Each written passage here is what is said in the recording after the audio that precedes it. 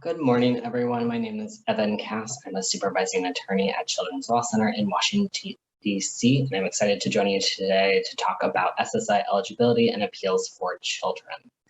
So at Children's Law Center, we handle both applications and appeals for children's SSI cases, and my goal for today is that you understand who's eligible for SSI as a child, and then if you do run into an appeal situation, how to handle an appeal for those cases.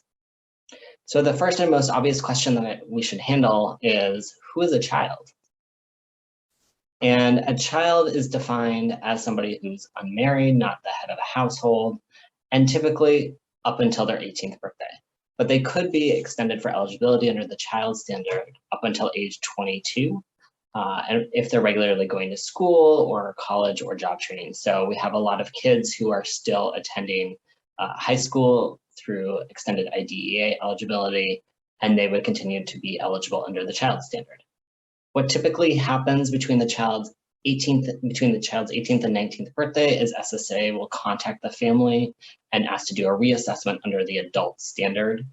While that is pending or is underway, the child will continue to receive SSI under the child standard. So there's nothing proactive the family needs to do. They should anticipate getting contacted by SSA for that reassessment. So we figured out who's a child. Let's talk about who's eligible as a child. So this is the sequential process to become eligible for SSI. You'll notice that there's 2 steps at the top that are required for everyone, and then there are 3 steps on the bottom that we can select from based on the circumstances of the case. So the very first step is financial eligibility, which is a little bit tricky for children because children don't typically work or have their own income. So how do we figure out if a child is eligible? We talk about deeming for children, which means that child are deemed to have income based on their parents' income. We look at what the child's income is, and it cannot be more than the monthly standard. So the SSI payment standard, what you would get if you're getting SSI, is right now $794 per month. So if the child's income, once we do the calculations, is higher than that number, they're not going to be eligible for SSI. Certain payments are not counted towards income, so that includes TANF and foster care payments. And just like adults, children have an asset or resource limitation, and that cap is $2,000.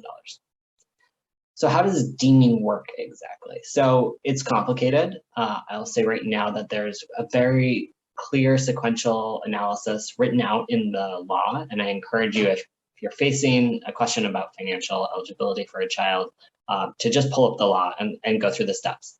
But roughly, we are looking at who does not get SSI or SSDI. If a child's already getting SSI, like a sibling, we're not going to talk about them or consider them for purposes of the family. We're going to pretend they're not part of the family. We're going to look at all the other children who are not getting SSI.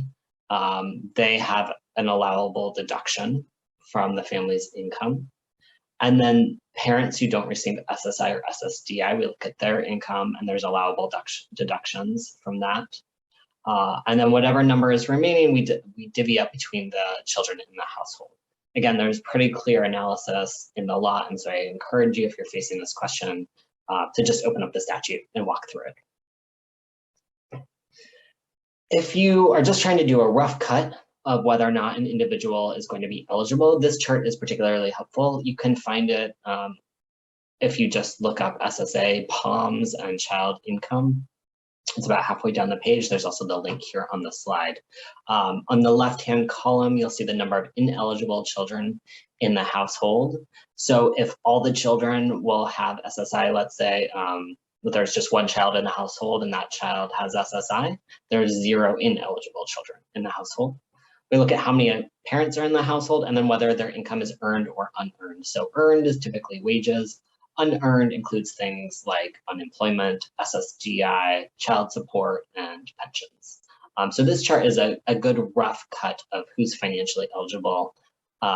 Again, I really encourage you to just walk through the analysis that's written into the code to determine if a family is eligible. So once you've made the decision that the family is financially eligible, the next step is to look at a severe medically determinable impairment. This is required for all children to receive SSI. And this step, I will say, is typically one that we pass pretty easily under SSA standards. So this is not where we're finding hiccups or disputes with SSA. But what is a severe medically determinable impairment? So we know what it isn't. It's not a slight abnormality. So this is something that has a regular impact on the child's functioning, day-to-day functioning. It has to be something that's going to last 12 months or longer, or result in death. And we're looking at the holistic child. So you could have multiple impairments that add up together to be a severe medically determinable impairment. So perhaps, a child with asthma and sickle cell and a speech disorder could be determined to have a severe medically determinable impairment. There are certain diagnoses for children that will make them presumptively eligible, so they can receive benefits while the application is pending. The list of those diagnoses are here. We typically don't see these as cases that will head to appeal. SSA handles them rather smoothly. We'll say the last two categories, we do occasionally run into some bumps, whether there's a dispute around what the child's true IQ is, or whether there's a dispute about the infant's gestational age and what their weight was at that gestational age. But for the most part, these children will automatically qualify and aren't cases that we end up dealing with in our practice. So the next level of analysis, these three options at the bottom, is where we're really doing the most advocacy and pushing back the most on SSA in terms of a child's eligibility. So the first option is meeting the listings, and I like to think of the listings as Social Security's best guess of which children will, just on basis of their diagnosis, have severe enough day-to-day impacts to meet the definition of disability. So you can find this by just looking for SSA Blue Book Child, or the link is here. You're looking for the child listings. There are adult listings. They do differ significantly from the children, so make sure that you're looking at the childhood listings. And when you go to that website, this is the page that you'll see. So you'll see that there are, we've organized the disabilities by body system. And these are really written for physicians.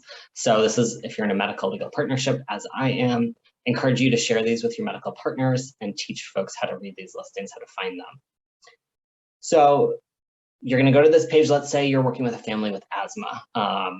You're going to click on respiratory disorders for a child who has asthma, and this is the page that will pop up. So in this middle column here, you'll see the different diagnoses. So you have asthma, cystic fibrosis, chronic lung disease will be in here, and you're looking for the diagnosis that meets the child's diagnosis. Pretty straightforward. So if you click on asthma, this is the listing that you'll see. And so I just want to take a moment to look at this listing because I think it helps demonstrate the specificity that's in the listing and the stringent requirements to meet the listing. So for asthma, we're looking at 3 hospitalizations in a 12-month period. Each of those hospitalizations is 30 days apart, and each hospitalization has to last for at least 48 hours. So that's a pretty rigid, and not a lot of families are going to meet those requirements. What if you have 4 hospitalizations within a 12-month period, but they're only 25 days apart? What do you do then? You don't meet the listings under this rule, but gosh, that's a pretty severe impairment. So what's the next option? Well, the next option is something called medical equivalence. So medical equivalence is where we can point to a listings and say, yeah, we're pretty close to that listing. It is a tough argument to make, but here's how you make it. So you found a listing and you've got you're not quite there, but you've got some additional findings and say, okay, they haven't been there 3 times, but they've been there 5 times. So we're gonna kind of meet in the middle. Or you haven't even come up with my diagnosis. So let's say asthma wasn't even on the list, but there was something that caused very similar impacts on the child. So you can make an argument, look, you don't have asthma, but you have cystic fibrosis, and that causes similar impacts on the day-to-day function of the child. So you can make that argument. Or you can say the child has several different diagnoses, and taken together, it's going to have a similar medical significance and impact on the child. These are very hard arguments to make as a lawyer. I don't feel qualified personally to say when a diagnosis is going to have the same or similar impacts on the day-to-day functioning as another diagnosis. So to make these arguments, you're likely going to need to have a physician testify or be part of your case to assist. What we often do is we move to the next option for qualifying, because this is a very difficult argument to push back on SSI. So you haven't met the listings. Medical equivalence is a tough road to go up. The next option is functional equivalence. And this is where I find we have the most success and the most ways of applying the facts to the law and getting some success for the clients. So functional equivalence, you've looked at the listings, you didn't find any that fit, and now we can just discard the listings. You don't have to reference them whatsoever at this point. You can use this when children have multiple disabilities and the combination creates severe impacts. And what we're really looking for here is extreme limitations in one functional domain or marked limitations in two. We're going to go through what the functional domains are, but keep in mind you're looking for those extreme limitations in one category or marked limitations in two categories. So what does that mean? It means math. So thinking back to any statistics or math you've taken before, you need to pull it out for this part of SSI practice. So marked means that you have scores more than 2 but less than 3 standard deviations below the mean, or if the child is very young, under the age of 3, we look at the age equivalence of their functioning. We also can look at the number of episodes or the frequencies of exacerbations that the child has experienced, and extreme just means worse than this. So marked, what does that mean? So for, let's say, an IQ test. The average IQ tests have a mean or an average of one score of 100. The standard deviation of an IQ test is 15. So 2 standard deviations is 30. So 100 minus 30, we're looking for scores under 70 to qualify as marked in intellectual functioning, for example. Simple math, just takes a little bit of practice, but looking for 2 standard deviations at least below the mean. If it's more than 3, then we're in the extreme category. Okay, so again, we're looking for 2 marked or 1 extreme limitation. So the functional categories, there are 6 of them. The very first is called acquiring and using information. And this is basically learning.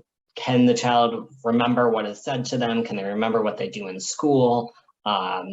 Are they progressing as their peers are in reading, writing, mathematics?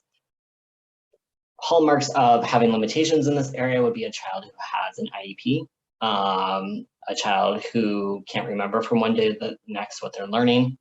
A good benchmark for a child who's having limitations in school and has an IEP, I typically look for a child who is in a self-contained classroom. So in DC, that's 20 hours or more of specialized instruction on their IEP. That's just like a shorthand. That doesn't mean a child couldn't be marked in this category unless they have at least 20 hours on their IEP, but that's a good rough metric. So you could also look at Woodcock-Johnson or other performance evaluations that look at the child's academic performance.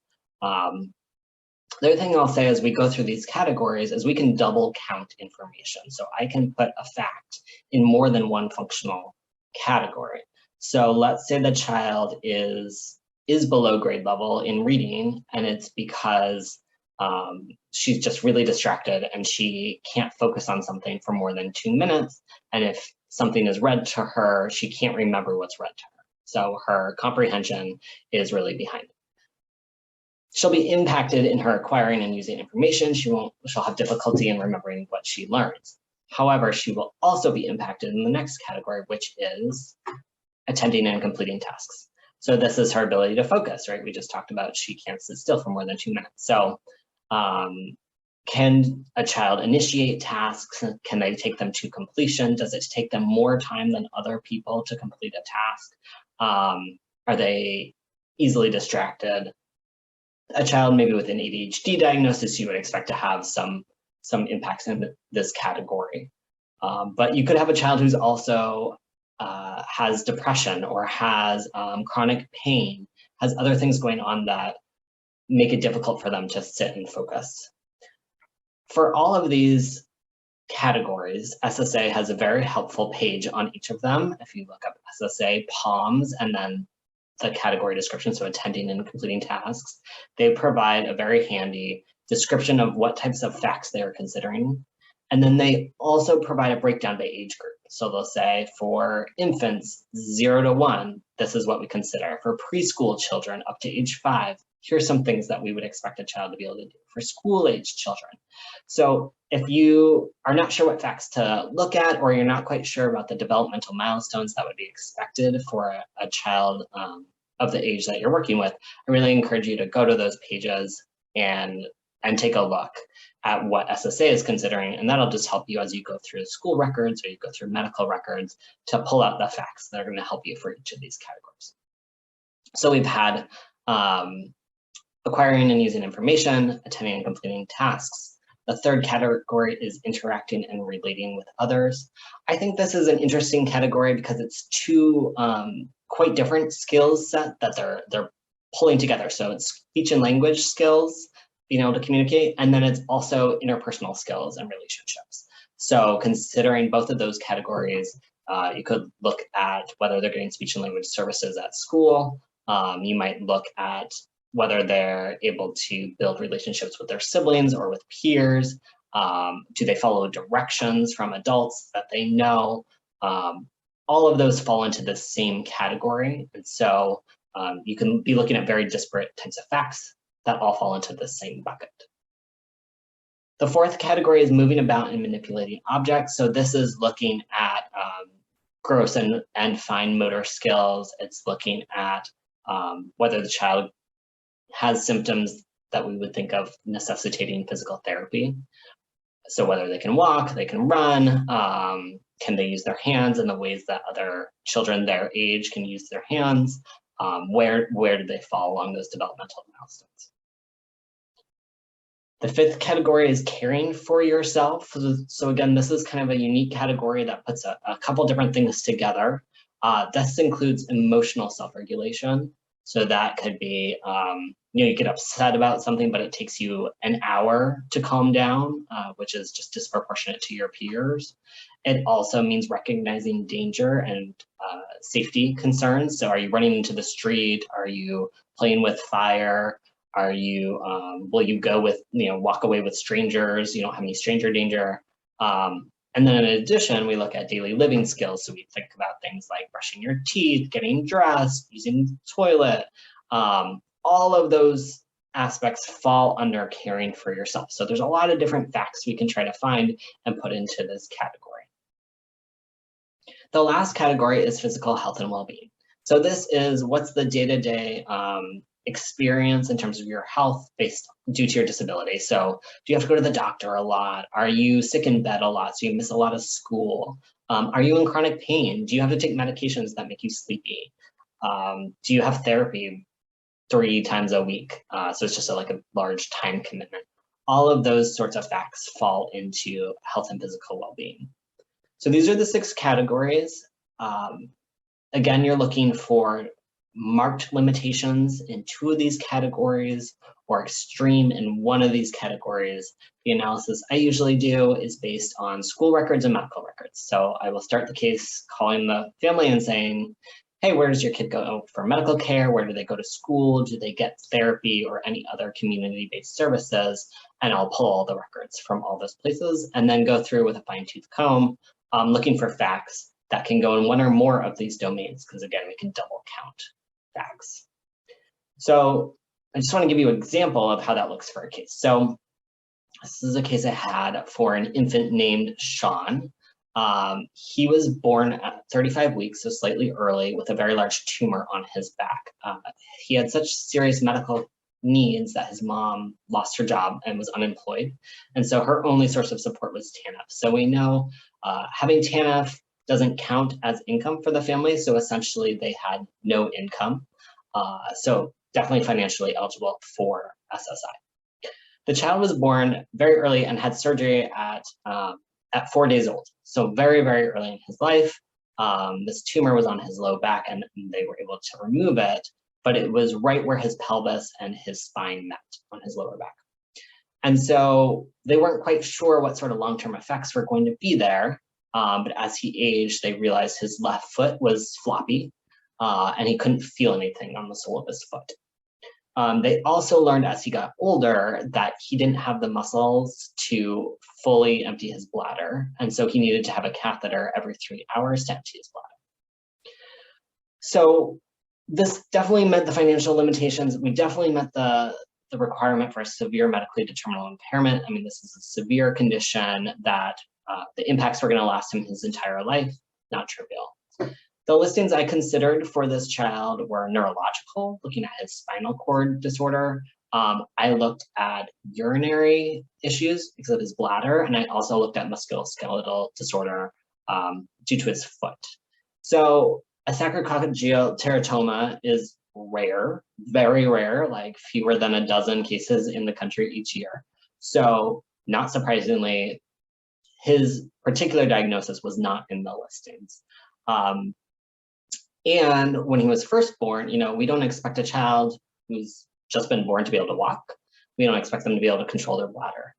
So his abilities didn't have a large discrepancy from his peers when he was first born. But as he aged, he started to fall behind. So because of his foot flaccidity and the fact that he didn't have sensation in his foot, he was having a hard time developing motor skills. As he got older, the fact that, you know, we realized that he needed this catheter every 3 hours, he wasn't going to be able to toilet train like his peers, that put him behind his peers as well. So this is a case where we argued functional equivalence. We were able to talk about moving about and manipulating objects, so he wasn't able to move about like his peers. We talked about caring for himself, so his daily living, he's not going to be able to toilet train. We talked about his health and well-being. He was having water therapy, physical therapy, OT. He was seeing folks for neurology. Like, he had all these different appointments to look into his health on a regular basis. So he definitely had functional limitations in the category of health and well-being. He was like heads and tails above his peers academically. He was learning very quickly. His language skills were very strong. So we weren't gonna, argue anything about acquiring and using information. We weren't gonna argue anything about his ability to remember. He didn't have any problems with communication, but he had these other severe impacts from his tumor that were longstanding. And so we were able to, once he was old enough, argue that he had marked limitations in multiple categories and he should be qualified for SSI. So he didn't qualify right away. As he aged, we were able to find him eligible. And that required actually appealing a few levels. So let's talk about appeals. What happens if your application is not successful? This is not rare. Most SSI applications are denied. And so it is likely you'll be facing some level of appeal for your client's case. So this is an outline of the appeal process. You'll see there's several levels of appeal that are available.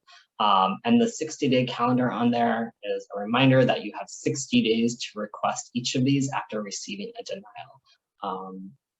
Super important that you don't miss any of the appeal windows. So you get a denial from the application, you have 6 days to submit a request for 60 days to submit a request for reconsideration. You get a denial of that, 60 days to request an ALJ hearing. You get a denial, 60 days to request appeals council review, and you get a denial, 60 days to file your appeal in US District Court. If at any point you miss the 60-day deadline, that's 65 actually with the mailbox rule, but 60 days is what's on the letters. If you miss that deadline at any point, the application becomes dead and you have to start back over at the beginning. You have to start with a brand new application. And that matters because at any point in this appeals process, so you apply, you're going through all these appeals, if you win at any point, the family can get a back payment dated back to the date of the initial application. So you applied January 1, 2019, but you don't get a favorable decision until, January 1, 2021, following an ALJ hearing. You possibly have 2 years worth of back payments for the family, and that could total several thousands of dollars or tens of thousands of dollars. So That's critical. If at any point you miss the 60-day review period, you have a risk of starting back over. And so the new application, let's say now your new application is January 1, 2020, and you don't win until January 1, 2021, now you're only going to get a year of back payment. So you've really lost out for the family, and that's going to be a significant chunk of change. So let's talk about what these different steps are. So the first is the request for reconsideration. I call this like the pretty please request. You're really just asking for a supervisor or someone at the local field office to take another look at the application and find, make a different decision. For the most part, I find that we have success at this stage if there was some record that SSA just never received. Let's say they never received the IEP, which is really critical to showing that the child has impairments in their ability to learn. If it's a missing piece of information, you may succeed at this level, but otherwise we find very little success at this stage. Luckily, this is a pretty quick stage relatively. Usually takes about 1 to 3 months after you have requested a request for reconsideration for you to get a decision and often another denial. But it's relatively painless and can be done with a 1-page form, and it's an opportunity to provide more documents if you have more or you've been able to obtain more. So the next stage, after the request for reconsideration, you get a denial, 60 days to file your request for an ALJ hearing. So the ALJ hearing is a de novo review by an ALJ. You have the opportunity to submit an argument in writing and to submit all your files. I recommend, or it's required that those be submitted 5 days in advance. The advocacy brief is a great opportunity for you to tell a story and compile all the records in a digestible way. So, the ALJ doesn't want to wade through hundreds of pages of medical records. They love it if you take the time to actually cite to the records, say, on page 35 of the doctor's records, you'll find a note about the child's behavior at home. On page 57 of the school record, you'll find that the child's falling behind in reading. Whatever it is, ALJs greatly appreciate it if you actually cite to the record, make sense of the documents for them, for better or for worse. So you only had 60 days to put in that request for a hearing, but you're going to be waiting for quite some time to actually have your hearing. So the hearings during COVID have been done just as a conference call. They can also be done as a Microsoft Teams meeting. In non-pandemic times, they're done in person, or you have the option for a video hearing, much like a Teams meeting. I encourage families to take as many of the options as they're comfortable with because it only expedites the hearing. Otherwise, you may be waiting some time. So I did have one scheduled within 4 months of the request for hearing. That felt amazingly fast, but not typical. Usually we're waiting about a year and change to get a hearing scheduled. So it can be quite some time. There is an opportunity while you're waiting, you've put in your request for the hearing, but you're waiting for your hearing date to file something called an on-the-record review request. This is basically a motion for summary judgment. So I recommend waiting until you have the strongest records you think you're going to have. So for that example, for Sean, we wanted to wait until he aged a little bit and he had developed a larger deficit between himself and his peers, because we thought that built a stronger case. But you might be like day one, ready to go in with an on-the-records review request saying, hey, Judge, take a look at these records. They're really strong. We think we win just based on the records. We don't need any testimony. If you lose, no problem. You're still going to have the hearing. You haven't lost your place in line. If you win, which is fantastic for the family. So I really encourage the consideration of that. Children's hearings are short. They're usually like 20 to 40 minutes. The parent attends, the child also must attend, even if they're an infant and they're not going to testify. They must attend. When it's in person, you have to bring somebody else to attend with you in case the child has to sit out in the hallway. They require supervision from an adult who's not the parent. Obviously, there's no vocational expert because we're not talking about vocation. I've seen it done a lot of different ways, but frequently the ALJ will ask the child questions about their friends, their hobbies. Sometimes they'll ask them to do like really simple math or read something really simple. And then the parent will be questioned by the ALJ as well. Sometimes the attorney serves to just do cleanup directs of the child or of the adult. Sometimes the ALJ asks the attorney to just do the full direct. So you should be prepared for any and all of those options. Typically at that point, after they've testified, the hearing officer asks if the record can be closed, and you typically get a decision within 1 month. So that decision could be fully favorable. Family was entitled to benefits going back to the date of the application. It could be partially favorable. So yes, we think they're eligible, but they didn't actually become eligible until some point within the appeal. So we're not going to give back benefits all the way back to the date of the initial application.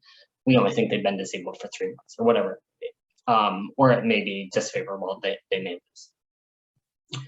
So if you do lose and you get that decision, again, you have 60 days to request review by the appeals council. So the appeals council is this kind of black box.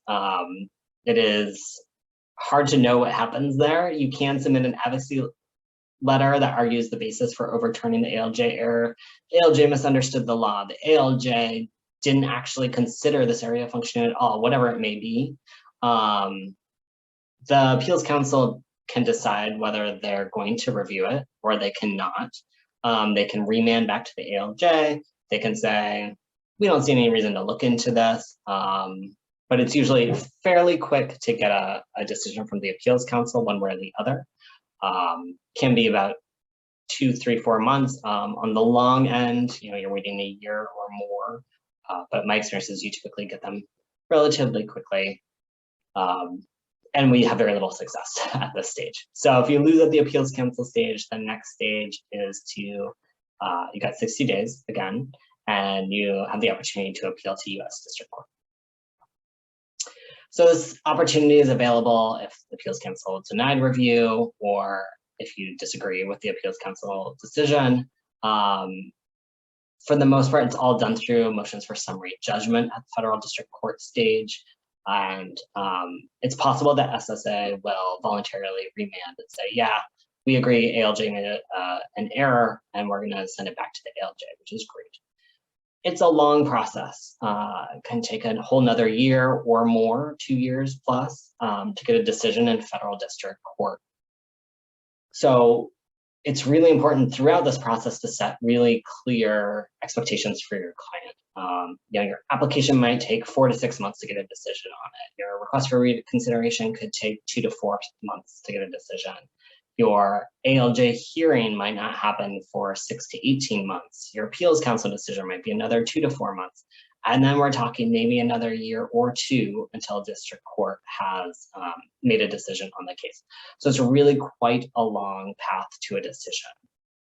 However, one option that is available for families that have decided to go up to district court, the record is closed as of the date of the ALJ decision. So let's say the ALJ decision was like June 1, 2020. Anything that's happened in the child's life since June 1, 2020 is not part of the record.